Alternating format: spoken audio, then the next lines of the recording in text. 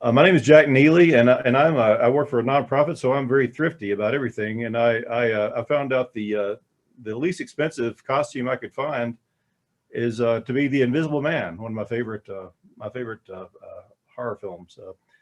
But that's who I am tonight. And welcome to the Knoxville History Project Zoom presentation with our special guest Laura Still. The second time we've had her on, we had her on a few months ago talking about suffrage. She's been doing a lot of work about the history of suffrage in Knoxville. But she's perhaps at least as well known for her work, her very popular book. It often outsells mine when we're selling them in public events.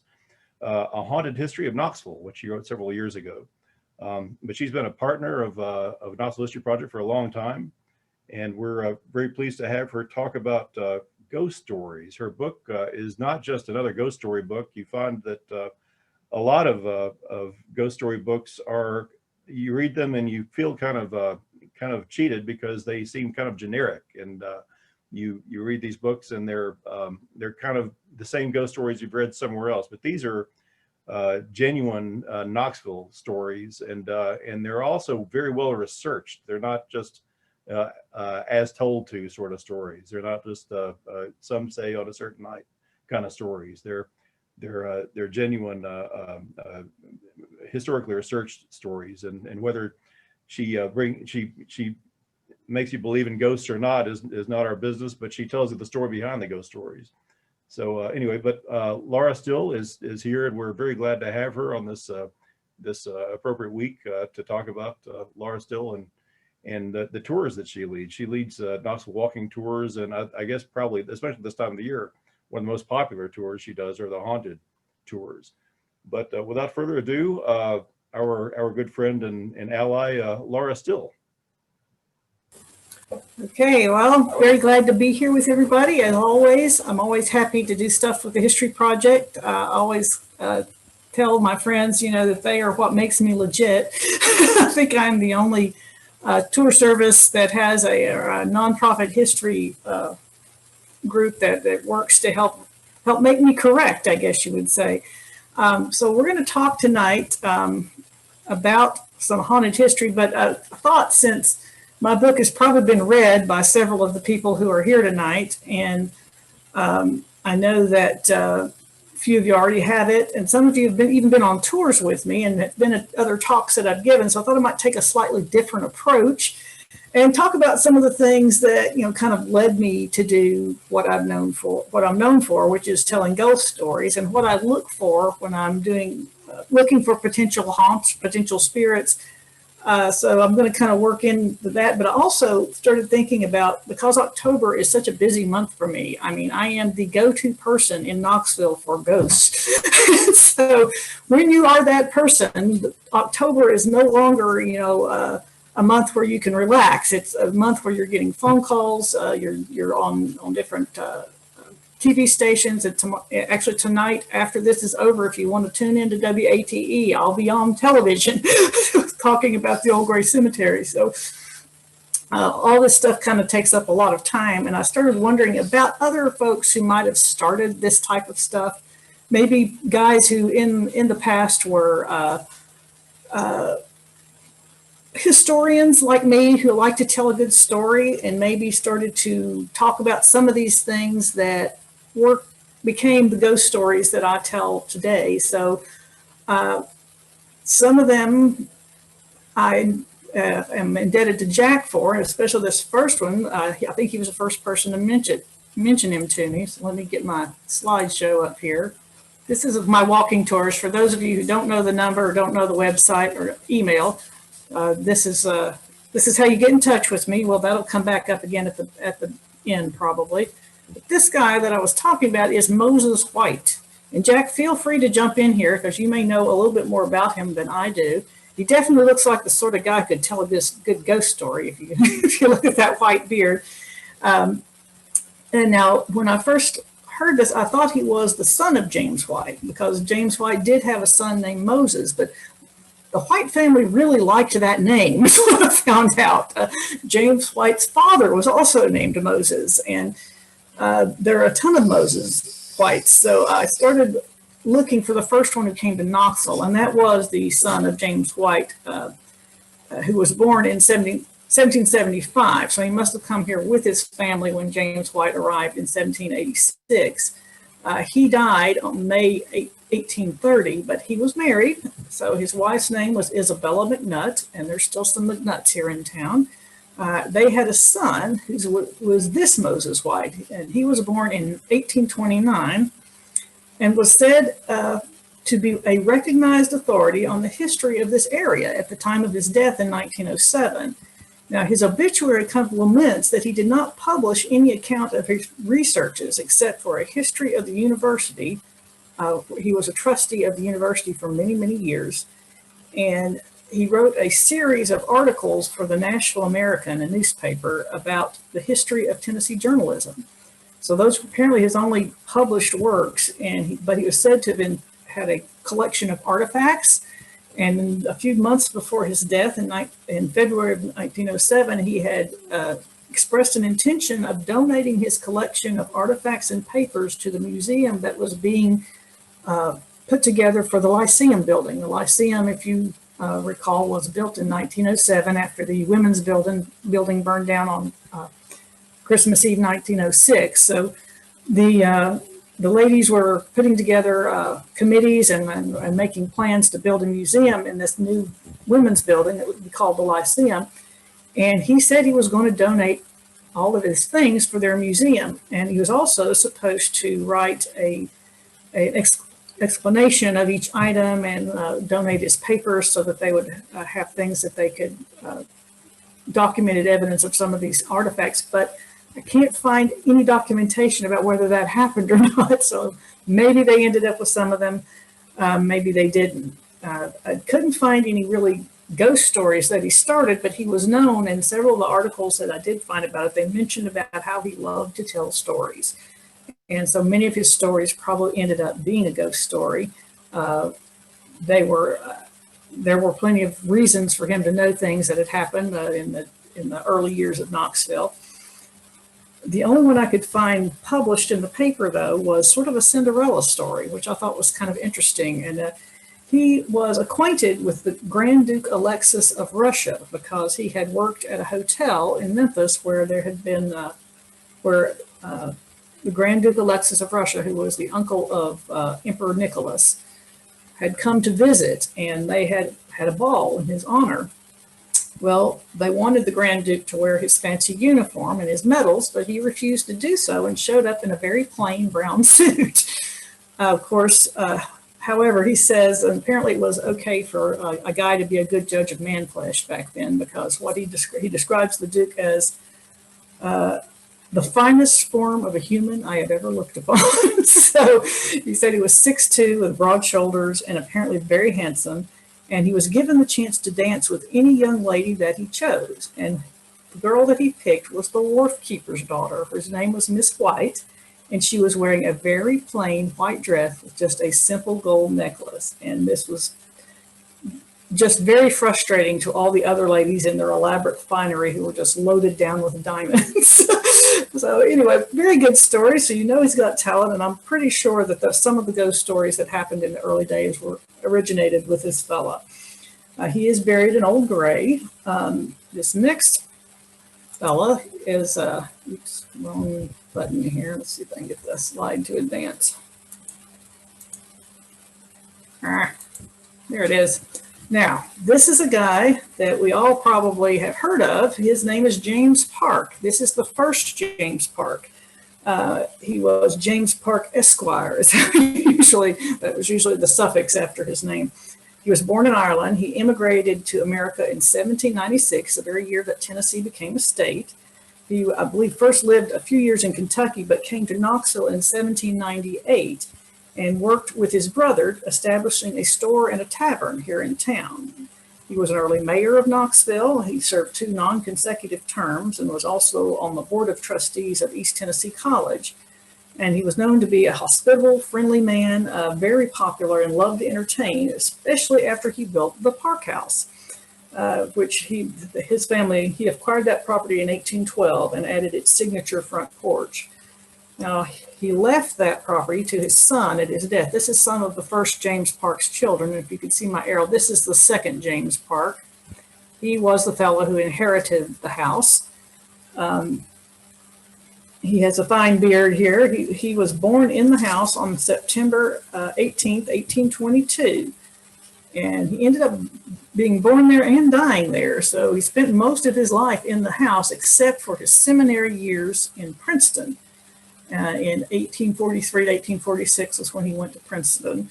A few years later, earlier in his career, he was principal of the Rogersville Female College from 1855 to 1859. I kind of ran into the Rogersville Female College when I was doing research on the suffrage question. So he returned to Knoxville in 1860 to Park House and became principal of the Tennessee School for the Deaf. He was briefly principal there because it was commandeered in 1861 by the Confederate Army to turn it into a hospital for the war years, and the Union Army used it for the same purpose in 1863 when they came to town. After the war, he was senior pastor of First Presbyterian Church for 40 years. I think I have a picture of him when he was pastor. Yes, this is a painting that I believe hangs at First Pres, correct me if I'm wrong. But he was very much respected for his character and his intelligence. And he died in 1912. And at the time of his death, the mayor of Knoxville was Sam Hill, and he had an announcement in the paper saying that he was asking all businesses to close for an hour the day of Reverend Park's funeral, because he wanted all the citizens possible to be able to go to Reverend Park's funeral and pay their last respects. The funeral began at the Park House itself, and then the coffin was loaded into the funeral cortege, and they proceeded along the route to First Presbyterian that Dr. Park had walked for 40 years. They went down Walnut to Church and over to State, and the service was attended by an immense throng of people, according to the papers. Later on, it proceeded out to Old Gray for his burial. Now, Mr. Park also liked to tell stories, some of which he probably heard repeated from his father, who was a trustee of the college at the time of its move to the Hill, and that's when the skeletons were found. If any of you remember that story, when they started to dig the first college buildings up on the Barbara Hill, they found skeletons buried in the hill, and they at first thought it was Cherokee remains, but then found some of the older citizens remembered that Colonel Christian, who was a soldier here in 1793, had died of a fever and had been interred up there on the hill with. There was a large procession. They did all these military and Masonic rites at his burial. The second skeleton was Titus Ogden, who had been a servant of William Blount. And he had died. He had owned a general store on State Street for a while. And when he had died, he had been interred up there with Colonel Christian. But in the intervening 30 years between those burials and the time that the college foundations were excavated, they kind of forgot about him, I guess. And they were probably marked with wooden crosses, and those just kind of disintegrated. And since those two men didn't have any real family here, they were just forgotten until they were rediscovered 30 years later. It's interesting that one of the reporters who was taught in 1828 when the college building was finished, one of the reporters called it a tomb of extravagance, kind of fitting for a place that was built where skeletons were found, don't you think? I'm sure Dr. Park probably appreciated that joke.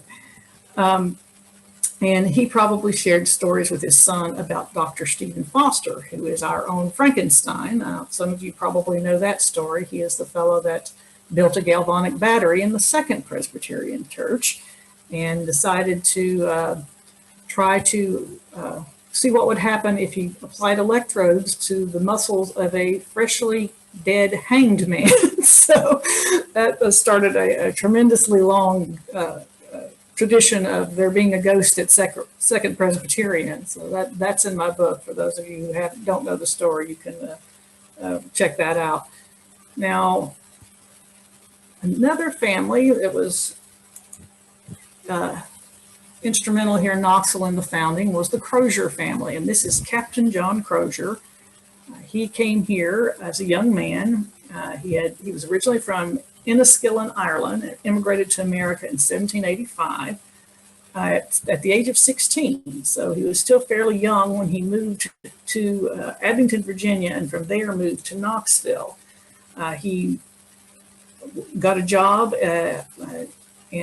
with a fellow named Mr. King, who furnished the money for him to open a store of general merchandise on the corner of Gay and Cumberland.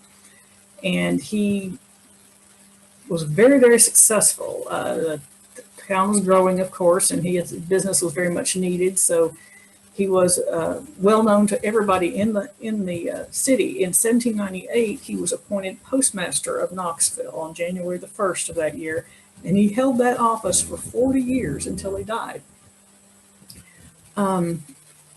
He was supposed to have been a large contributor to the fund for erecting the first church building, which was First Presbyterian. If you remember, the church itself was not built till 1816, so he was supposed to be one of the major contributors to the building of that church. He also contributed $100 for the first female college, the Knoxville Female College, which came into being in 1827. So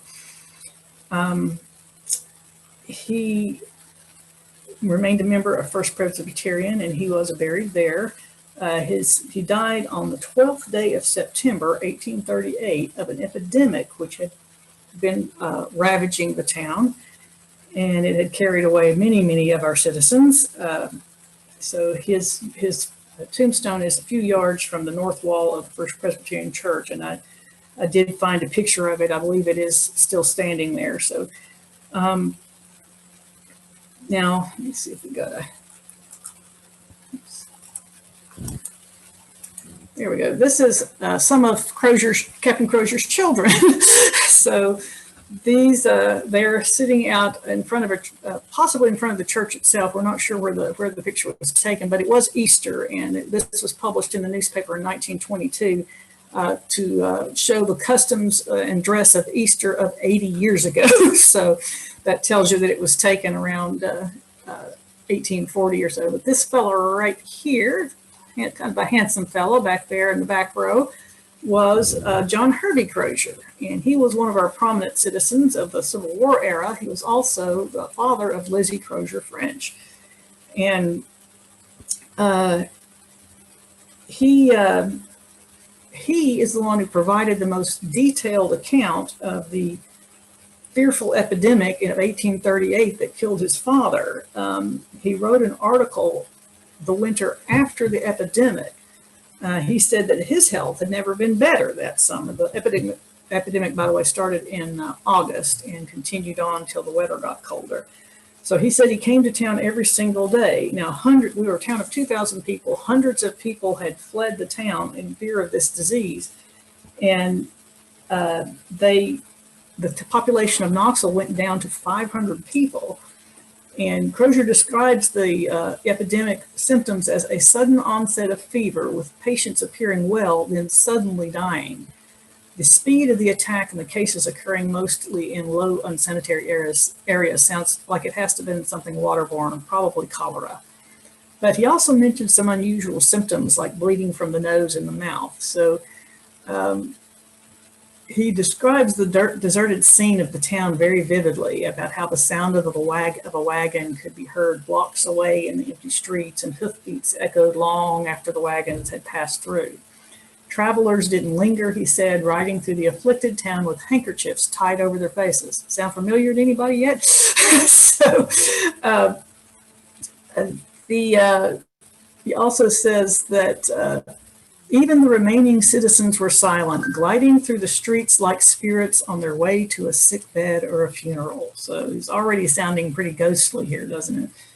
People who left personal possessions behind, and also animals in their hurry to get away. And Crozier tells of a young boy who had captured 2 buzzards and brought them home as pets, but they were left behind and they apparently escaped their pen. And I'm going to read what he writes about them. He says, "As they flew and flapped their filthy wings over the town, with none to molest them or make them afraid, a report was circulated that the well citizens of Knoxville were too few to perform the funeral rites that were demanded of them, and that the buzzards were preying upon the corpses of the dead. Pretty gruesome, right? Now, of course, he asserts very firmly that this was not true, but he was sort of the son of the postmaster and the promoter of the town, so he might have said that anyway. We don't know for sure. This is First Pres graveyard in the modern picture of it. It's still there, still over 200 years old. The 1938 epidemic helped fill it up so that it was declared full in 1850. But one of the most famous ghost stories arose from a later burial. And after 1850, you had to have a spouse buried there, or you had to have special permission for from the elders of the church to be squeezed in. So the one who caused all the ghost stories to happen after 1865 was the young fellow buried under this obelisk right here. His name was Abner Baker, and he was interred by the special request of his uncle William Baker, the famous surgeon, who was an elder of the church. And he did not want his murdered nephew, who had been lynched by a mob of recently disbanded Union troops, to be buried in Gray Cemetery because it was right next to the Union Soldiers Veterans Cemetery next door. So the National Cemetery, which is still there next to Gray, was the reason he didn't want his murdered nephew in Gray. So he got special permission for this obelisk to be included here. Now, this kind of leads me into another subject. I said earlier, I wanted to talk about some of the things I look for. So if I'm in a strange graveyard or strange cemetery, I'll look for certain things on the graves. And I would immediately notice Abner's grave, because you can see the obelisk at the top there is not normal. It's been shaved off. And when you see something like that, that is a clue that that person died young. Another clue for that is, this is a picture that I took at Old Gray. Lots of people look at that column and think that, oh, that was broken by vandals or something, but I looked a little closer at the inscription there and then looked up the young man. The young man who is buried there is Edward Maynard of Horace Maynard's family. He's one of his nephews or grandsons, I'm not sure. But young Edward Maynard was serving in the Grand Turk in the diplomatic service. And he caught tropical fever and died at the age of 25. So when they brought him back and buried him at Old Gray, they put up a broken column to show that he had died in an untimely way, and died young. Another symbol of that I look for in cemeteries and graveyards, and there's some of these in Old Gray, but I couldn't find a really clear picture of one, so I got this one from my own collection of photos. You see this broken stem on the flower? That is a symbol also of an early death. And I found this Elizabeth Dillingham, who was buried in the cemetery, the old cemetery at Cedar Key, Florida. And if you want to go to this cemetery, you have to have a boat because you can't get to this little. A hurricane destroyed the original town in 1899, and it moved over to the mainland, but it was on the island. So you have to go to this island with a boat, and we took our kayaks over there. It was a calm day, so in the high tide, so we were able to go over there and walk to the cemetery. And the Park Service maintains a bird watching station, and so that sort of thing over there. But this broken flower is another symbol that I look for when I'm in a cemetery or a graveyard. Another one, a lot of people always want to ask me how to pick out a child's grave. Child's graves are particularly sad for most people, and there were a lot of them in the early days. In the 1800s in particular, infant mortality was quite high. So if you're looking for something that could be a child's grave, you're going to look for this lamb here. See the carved lamb? And that is a symbol of innocence. And almost always, when you see that little lamb curled up like that, that is sleeping innocence. It's the child that died young. Now, this makes me think of a different story. When I was researching stories for my book, as Jack pointed out, these are ones that are, these are ghosts with a past. I mean, I don't like ghosts that just come from nowhere. My ghosts have to have a real story behind them. And someone came to me wanting me to do a story on the Freedmen's Missionary Cemetery, which was originally the Knoxville College Cemetery. So I said, well, are there any ghost stories there? And she said, well, there's this story about a little girl that's crying, but I really don't know what it's about. So I said, well, let me do some research on the cemetery and see if I can find out anything. And for this story, I am very indebted to Dr. Bob Booker, because he wrote a history of Knoxville College. And as I was reading that history of Knoxville College, I found that Ralph McClanahan, one of the presidents of Knoxville College, had been alarmed because there were a lot of grave robbing going on in Oddfellow Cemetery and the Pauper Cemetery. At that time, we had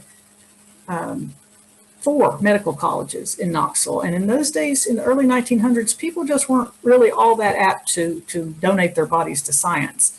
So you might be buried in the afternoon and be resurrected by midnight because the grave robbers would come and dig these fresh corpses up for the medical students to practice on. They would sell them to the medical schools. So Dr. McClanahan was worried about this, and he felt like they should create a cemetery there on the college campus of Knoxville College because they had a night watchman, and therefore people could have someone to look after the graveyard or after the cemetery and report anybody who tried to get in and disinter the bodies. So in order to get permission of the trustees, he kind of asked for forgiveness rather than permission. He went ahead and buried somebody before he asked.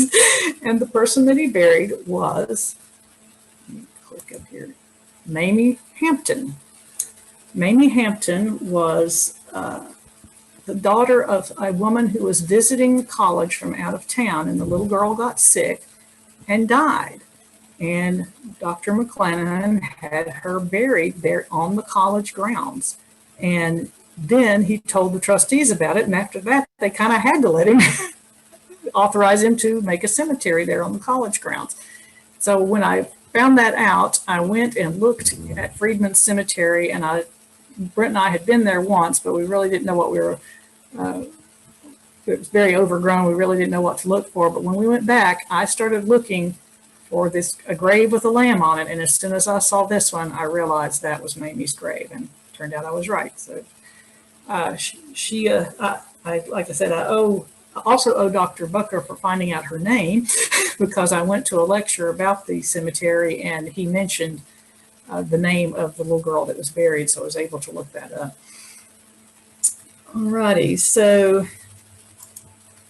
Jack is always giving me clues without meaning to. Probably half the time he doesn't realize he's giving me stories about hauntings, but recently he referred some folks at UT for me, and I'm indebted to him for this story. This UT event caused me to look up the old Staub School because Jack mentioned that there was a blood-stained public school that had been a medical school that had previously been on the campus. So after some searching, I was able to find that the history of the Staub School at McClung, and the Staub School was built on the Rose Avenue School. Now, Rose Avenue is where Andy Holt is today, by the way. So it was the city of West Knoxville in 1890, but in 1895, the school had been closed because they didn't have enough students, and it briefly became a medical school. So in the history of the school, I found out this very peculiar paragraph. Let's see. Almost concurrently with the establishment of the city of West Knoxville and its schools, there had been established in the city of Knoxville a privately operated medical college known as the Tennessee Medical College. This institution had been in business at the southeast corner of Damron Avenue and Cleveland Place for some 10 years when its building was completely destroyed by fire. Rose Avenue School building being vacant at the time for want of pupils, it provided an excellent location for this medical college after its disaster and while its new structure was being erected.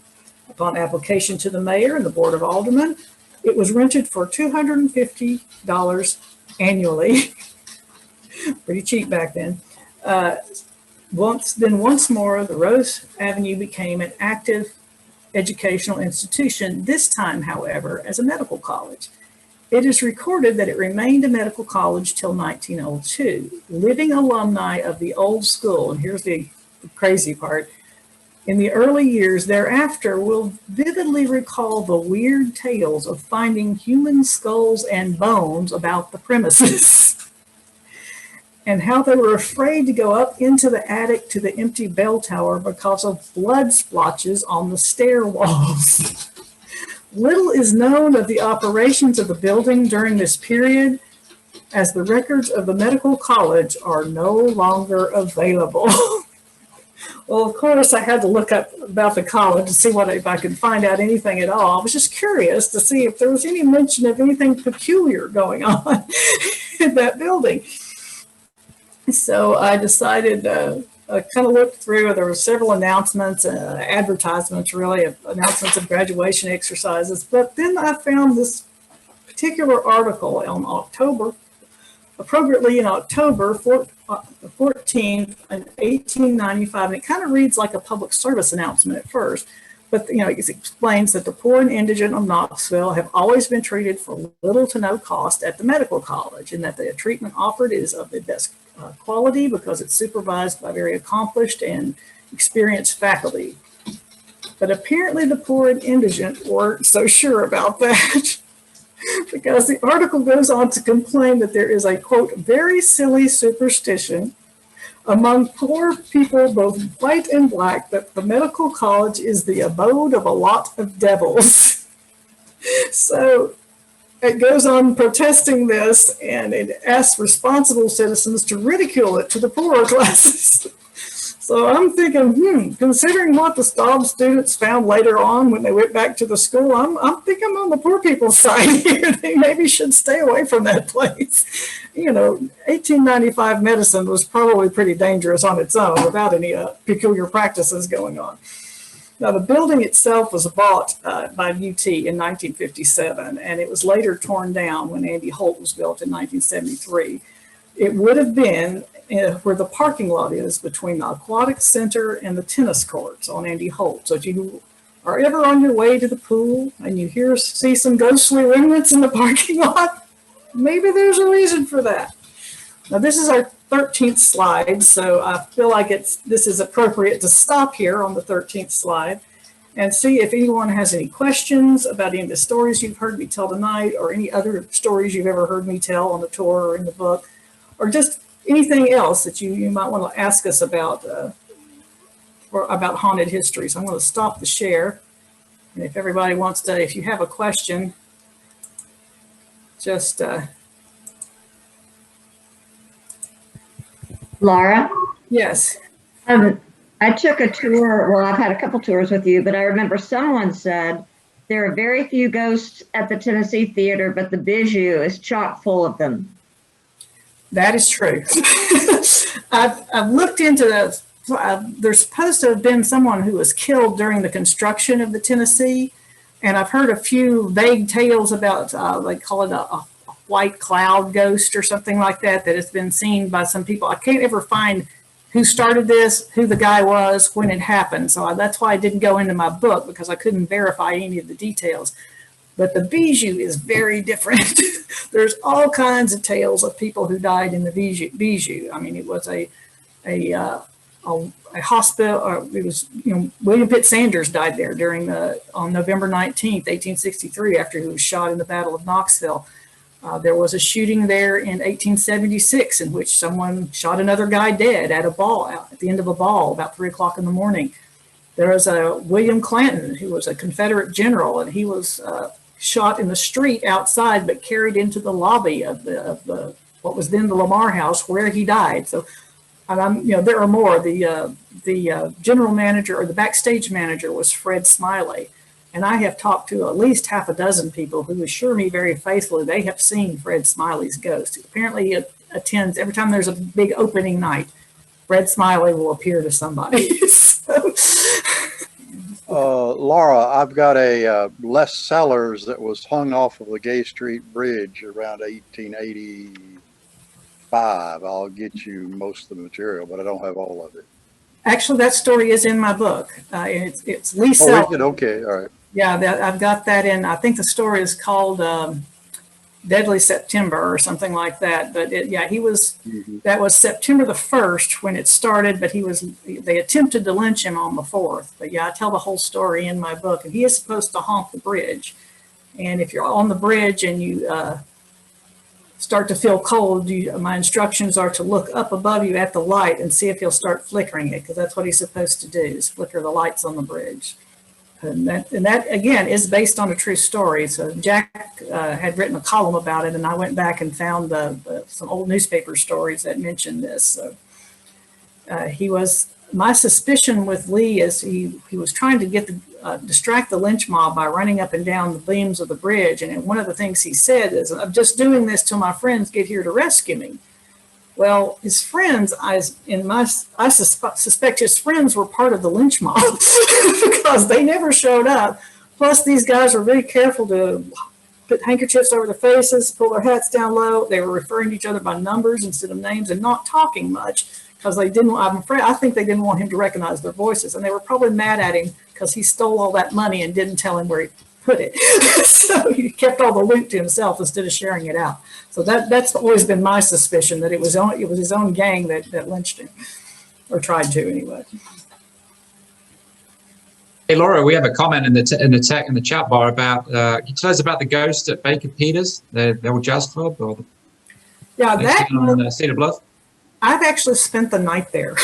So I spent the night there several years ago, and I was with a group of people that called themselves paranormal investigators. They really weren't going by any of the protocols that these groups are supposed to go by. I mean, they were not real professionals, I guess you would say. So my job, I was supposed to be there as the historian. I was asking, I'd done some historical research on the building and the incident that happened there. It was Dr. Baker that was shot in the building, by the way. A lot of people get mixed up and think that Abner was shot in the building, but it was actually his father, James Harvey Baker. And that was in 1863 when it was William Pitt Sanders' first visit to Knoxville, when he came to kind of on a reconnaissance mission. And some of his soldiers are supposed to have raided the Baker house and shot Dr. Baker in front of his wife and younger children. So I asked the manager of the restaurant that was there at the time a series of questions that I was supposed to ask, got his answers, he told me a few incidents that had happened to the house to him, which involved a closet being shut with somebody banging on the door on the other side, and when he threw it open, there was nobody there. Another thing he told me was that he had seen glasses flying across the room in the upstairs bar. So after talking to him to get away from the hooligans that I was afraid something was going to get broken and then I'd be in trouble too. So I decided I would go and at least not be in the room when any trouble happened. And I went upstairs to the upstairs bar with another lady who was like me, worried that we were going to get in trouble. So we were up there and we're kind of walking around with the little EVP detectors, and stuff. And I was complaining about the way the other people were acting. And I was kind of joking when I said, if I was a Civil War ghost, I want to know what to do with this thing. It's, they didn't understand electricity back then. Most people didn't even know what it was. I said, so if I was a Civil War ghost, what would I use? Well, while we were there, the manager had told me they had to keep the blower going, even though it was really cold in the building. He said they had to keep this blower going to keep the pilot light from coming out. So the air was just like moving my hair. It was that powerful. And it was cold. I kept my coat on the whole time. And when we got to the upstairs bar, they had one of those glass racks where the glasses are upside down and you slide them along the wooden slats. Well, because the air was blowing so hard, they were jingling, just like ching, ching, ching, ching, ching, ching, ching, ching, like that. So I said to my partner that I was up there with, I said, if I was a Civil War ghost, I would use Morse code. How do we know that he's not sending us a message with Morse code on these glasses? Well, I was just joking, goofing off. And she said, I never thought of that. All right, let's try it. So she stood up in the middle of the room and she said, Abner, if you are trying to give us a message with these glasses, make them stop jingling. Folks, I'm not making this up. At that very second, they stopped. And it wasn't that the blower had stopped running because my hair was still blowing around. So I knew the blower was still running. So I was just dumbfounded. And I stood there for a second and I said, okay, Abner, I'm impressed. Will you answer some questions? So we started trying to get him to answer questions by ringing the glasses, but they stayed silent for a good 10 minutes. And then finally they just started real slowly, just going ching, ching, ching, ching. And we never could get a real pattern. Of course, neither one of us knew Morse code. That would have been real useful if we could have figured that out. But we tried to ask leading questions so he could just do like 2 taps for yes and 1 tap for no. But that, like I said, it was kind of hard to figure out, and we really don't know if he answered our questions or not. But after that, I can't sit here and say, oh, I don't believe in ghosts. I've never had an experience, because yes, I can't explain that any other way except that he made it happen. So any other questions? I have one. Have you had any reports of ghostly activity in the bowling alley on Gay Street downtown? I looked into that because somebody else asked me about it, and I know that there have been people who have claimed that they've had paranormal activity there, but I haven't been able to verify any reason for it. Now, it was burned down in the 1897 fire, but at the time it was a printing office, and they had a night crew on duty, and every one of them escaped. And they even had time to save the city directory, which they had just finished printing. So they were able to save the city directory and get it out. So nobody died in that fire in that particular building. Now, as far as anything else, I haven't been able to find any other deaths or any other reason for it. I've had some whispers to me that there was a body found there once, but I've never been able to verify it. So I'm still looking for somebody who knows, about that body, because it's been told to me by 2 different people that nobody, it's always a person who's heard it from somebody else and they can't say, whether it's true or not. So. I have a ghost story from the Bijou. Okay. Okay, so I used to go to acting camp there when I was little, and we would make a play, So I was there, and we were on the 2nd floor, writing the script, I guess. And on the 2nd floor, there's that really long, it's not a really long hallway, but then there's a room here, and then there's a staircase that goes up and a staircase that goes down, and then the hallway that goes back to that bathroom. So I was sitting in that room, and I was just kind of daydreaming, and I saw this flash of light go up the stairs or something, and I thought I was crazy, so I just ignored it, but I kept looking, and then I saw it go back down the stairs, but there was a velvet rope there, and it swung. Yeah, I've had several. I've never seen anything like that, but I've been in a place where I felt something going on. And I think, that happened to me at the Ramsey house, where I was standing next to a window, and the guide had just taken us up there to show us the old narrow attic stairs where the servants used to have to go up, which were, they were more like a ladder than stairs, a ladder without a handle. And so she'd opened it to show us that, and then we toured the upstairs of the house, and we came back and was waiting for her. Brent was asking her some architectural question in another room, so I was standing there waiting to go down. And I just started getting this really strange feeling in my chest. I mean, I couldn't breathe well. And I was just like, man, what's going on? My chest just feels tight, and I'm starting to feel cold. And, I hadn't been cold before, so I was trying to figure out what was going on. And finally, they came out. We went down the stairs, and I asked the lady as we left the building. I'd not asked her about ghosts, so Brent kind of gave me the look like, that's what we came here for. So I said, excuse me, you didn't mention any ghost stories or any ghost stories about the house.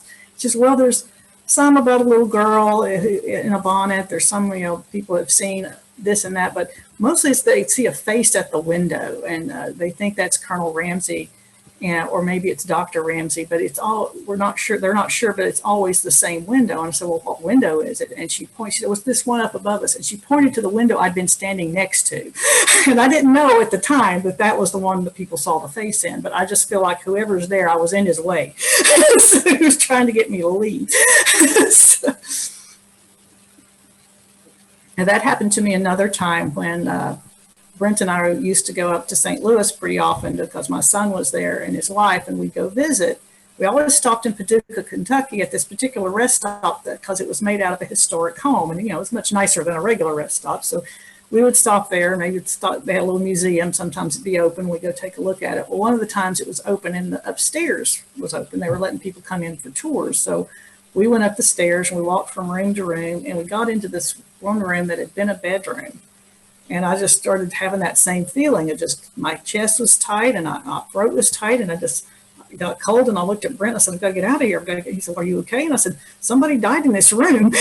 So I walked out, and then I went downstairs and asked the lady who was the docent for some information about the family so that I could research it when I got home. And sure enough, the last owner of the house had died in that room, and they were very anxious about what was going to happen to the property when they were dead, because they didn't have any direct heirs to take care of it. So I think I was feeling that anxiety that was still left over in the room. So I think once you start feeling sensitive to things like this, they start to affect you more. And, these strong, when you're looking for ghosts in history, you're looking for strong emotions for hate and for revenge and for, you're looking for violence and murder and suicide or just great, great sadness, like the epidemics that killed so many people. There's lots of sadness associated with those, or catastrophes like the Newmarket train wreck. So you're always looking for things like that might cause strong emotion to kind of stay around and be left maybe in the things that are still here.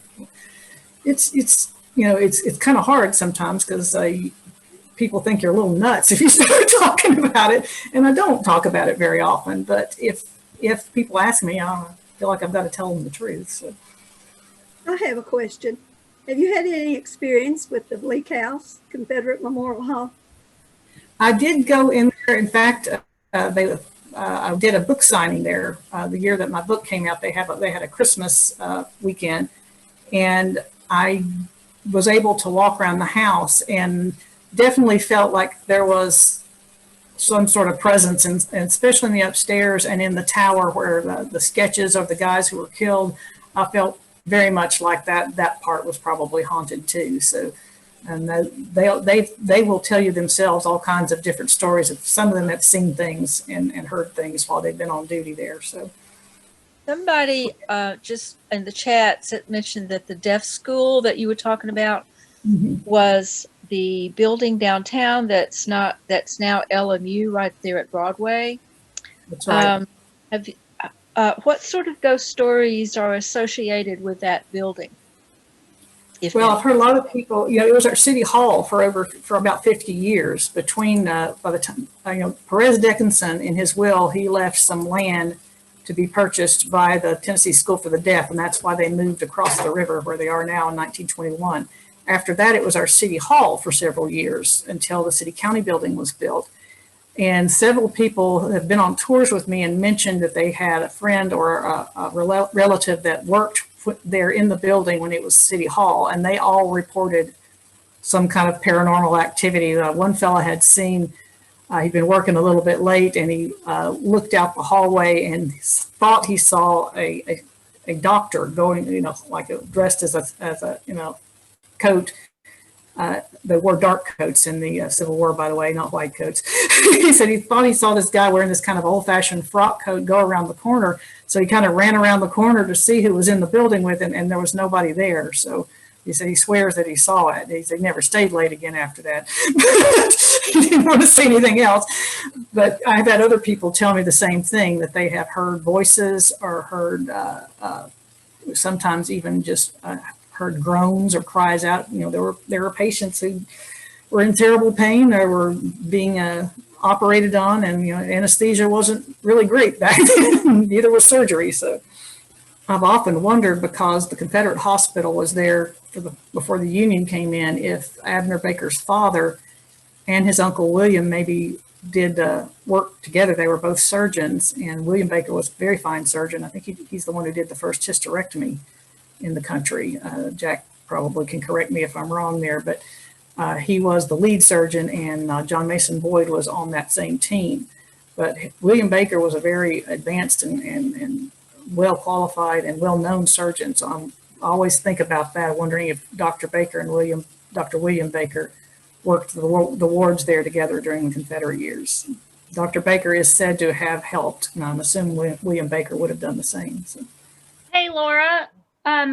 Vevey asked if there was any ghost stories associated with Native Americans who preceded the occupation of white settlers. Really not specifically. Now, there is a story on the old courthouse grounds in 1794. Our first legal hanging in Tennessee took place there. The fort was built in 1793, and in 1794, a settler in Blount County, John Ish, was scalped, and by 4 braves, and they couldn't decide, the witnesses couldn't decide if it was Cherokee or Creek braves that they saw. And so the posse left the fort looking for some braves to arrest, and they found a Creek brave. So he probably wasn't the guy who did it, he was probably the guy that they could find. So they found this guy and they brought him back and tried him for the crime and hanged him for it. And he has supposedly never said a word, probably didn't speak the language, and never said a word in his defense and never made a sound even when he realized they were going to hang him. So his ghost is supposed to haunt the courthouse grounds. Now the Cherokees had their own stories. They talked about the Ewa, which is what we would call the Wampus cat. And that was a mystical creature. You know, we have mystical creatures in all Native American cultures and all cultures really. I mean, there's also the Loch Ness Monster, right? And the Bigfoot, those are mystical creatures. So the Cumberland Goosefoot, the Cumberland dragon, is also a local legend from the Cherokee. It was spotted last in, 1794 or so. So, but the Ewa is supposed to be a half cat, half woman, and the settlers said that it was a witch who'd gotten caught changing from woman to cat. She was witnessed, and so there was frozen halfway between, and that's why she had to stay that way. But the Cherokee said that it was the wife of a brave that had been killed by this monster, and that she went out to take her revenge and was turned into this Ewa, the Wampus cat, and she's always looking for the monster that killed her husband. So various other stories about the Wampus cat that I think in my book I kind of wondered if maybe the Middlebrook beast was really the Wampus cat. So hard to say, you know. They haven't heard that story tonight. The beast of Middlebrook Pike. I don't know. It was one of my favorite stories. You're the one who told me about it first. So. Yeah, I told okay, on well, radio you said that was your favorite story. Would you consider that? Somebody asked, what would you consider to be the most amazing local ghost story? My favorite is our own Dr. Frankenstein. But I have to say I have a special place in my heart for that one, particularly since part of it took place on Gallows Hill. So, of course, I have a certain fondness for that. But that is one of the best received stories. I usually end my original tour ends with that story, and I've never had anybody not pay attention when I'm telling it. So I think besides that one, probably one of the most popular ones is the story of Abner Baker and his death and all the ghost phenomena associated with him. I also particularly like the old city stories that are based on the race riot of 1919, because that was kind of a mysterious event that was sort of hushed up by the local press, and you kind of have to dig to find out facts about it. But there are several ghost stories that people have brought to me who have lived in the old city or worked in the old city when it was first starting back up again. And that's where the African American neighborhood was. It's sort of the epicenter of the riot, about where Summit and Central meet together today, is about where most of the riot happened, because Vine would have crossed around that area. So, but yeah, I've had some really interesting stories about that. I think the story in my book about that riot that ends with the ghost of Joe Etter defending his turf is probably one of my favorites too. So. Of course, there were probably a couple of hundred murders down there before the riot happened. So yeah. Well, you know, when I was reading your old city book, you know, I was really intrigued by Auntie Nome, the bootlegger and Madam. Yeah. I have no doubt she haunts the place down there. She ought to. So, if she doesn't, she ought to. So.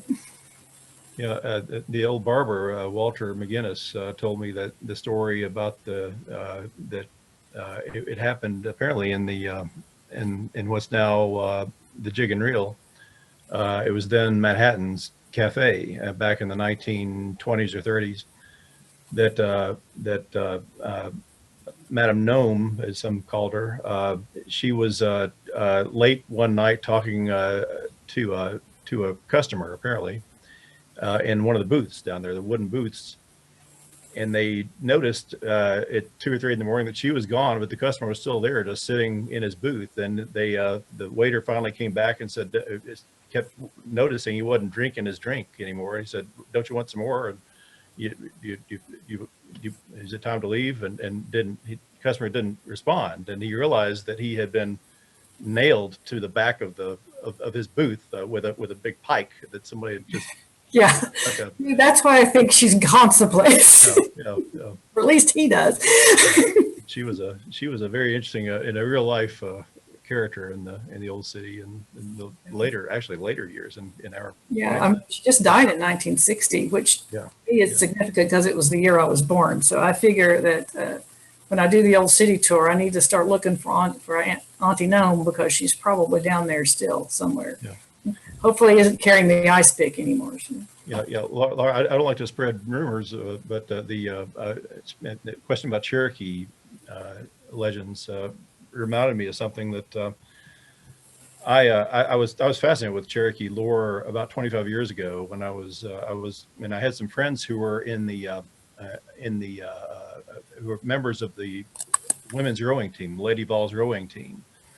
And I said, well, there's a Cherokee legend of these underworld spirits called the Nenehi, and they're known to kidnap people and bring them into the deep water, and they'll never be seen again.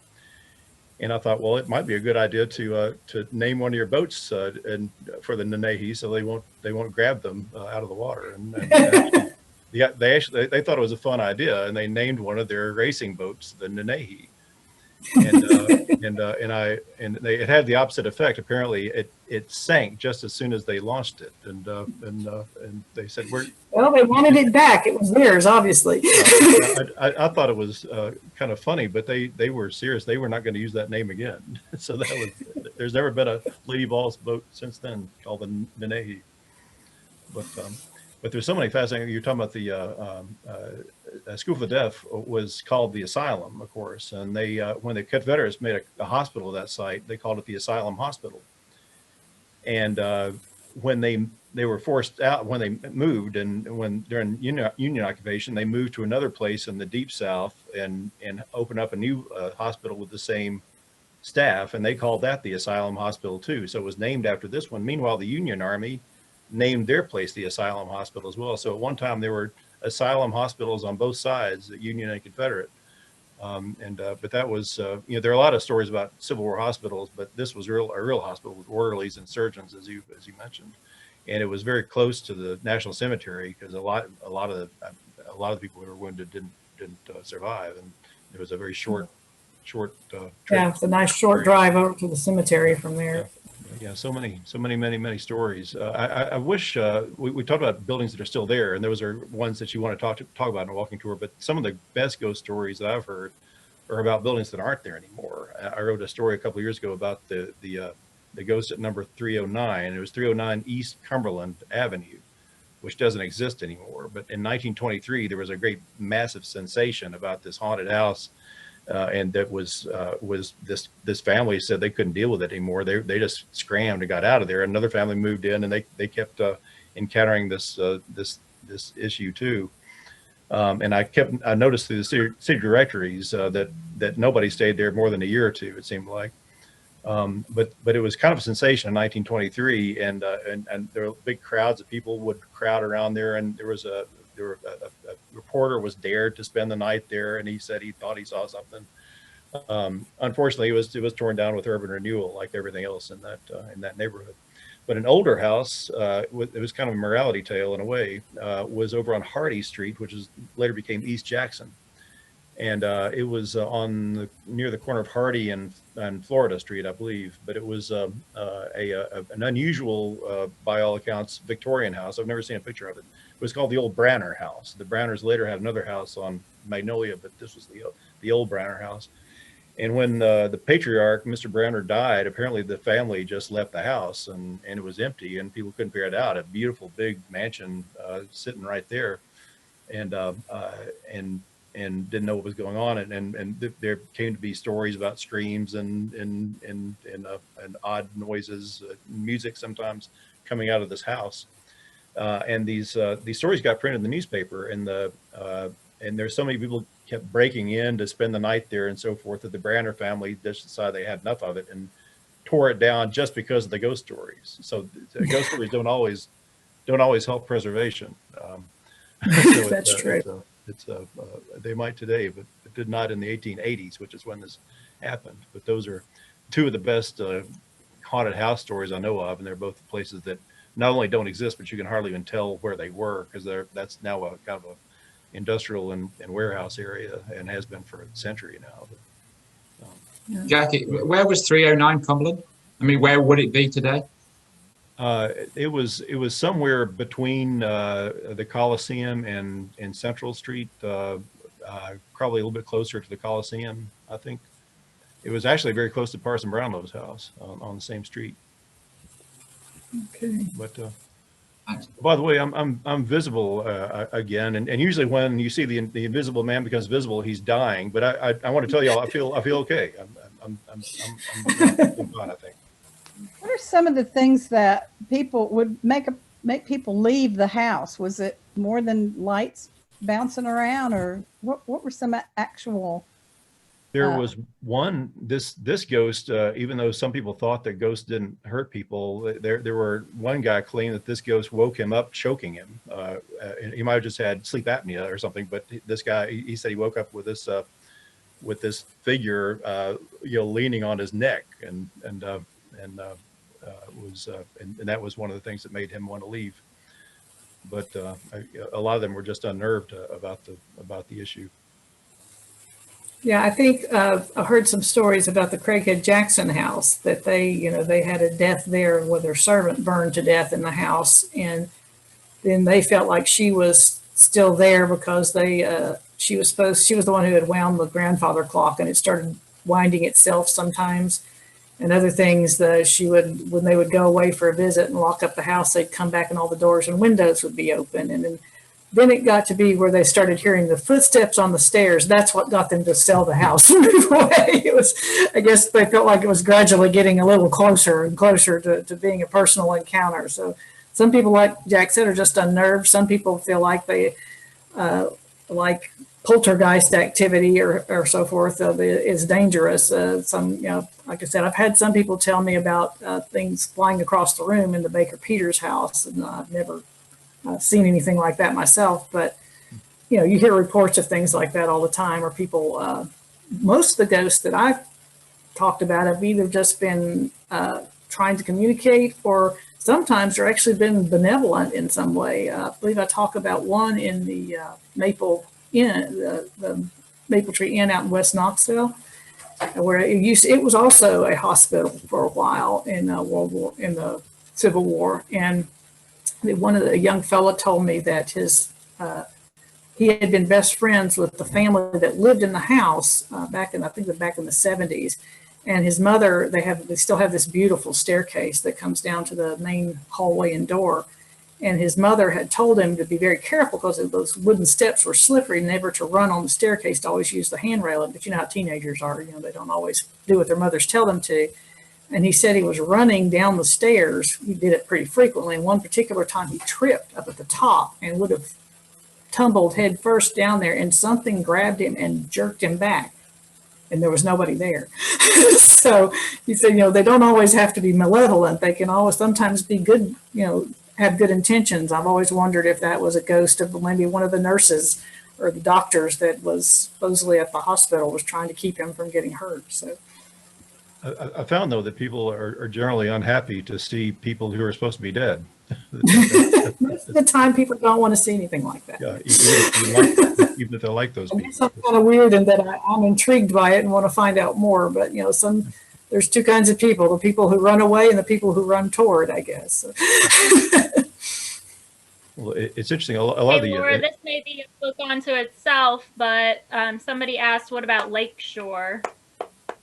Oh, I'm sure, I've not been in the building lately myself, but I'm sure there are stories about it. Of course, at the time that it was developed, it was sort of a state-of-the-art kind of place, and they were treated them really pretty nicely.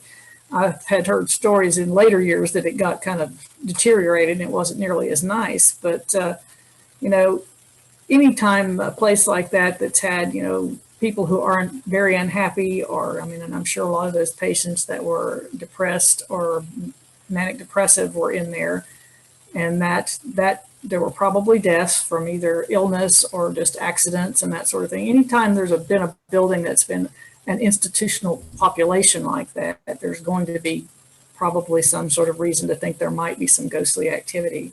That's why prisons are always haunted too, So,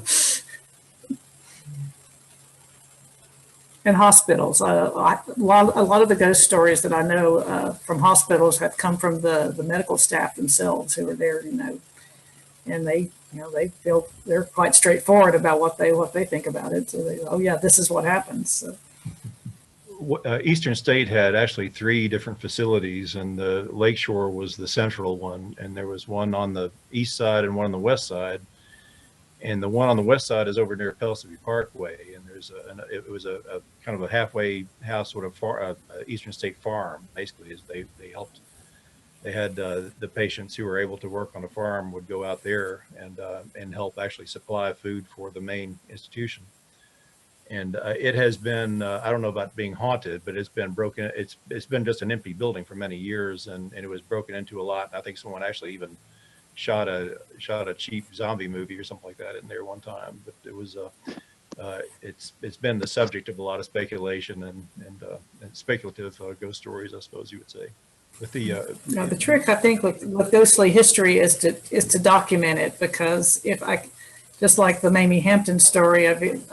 Anybody can say there's a ghost of a little girl, but if there's an actual little girl who has a reason to be a ghost there, that's a different thing. So that makes it, to me, worth putting the story down. If we can find a reason for why that person might be there, a historical incident that happened in that particular spot, and that might be why you always hear footsteps on this corridor, because, so to me, like I said, it doesn't seem scary so much as it's telling someone's story that can't tell it anymore and helping preserve their memory. So I just feel like ghosts like it when you tell their story.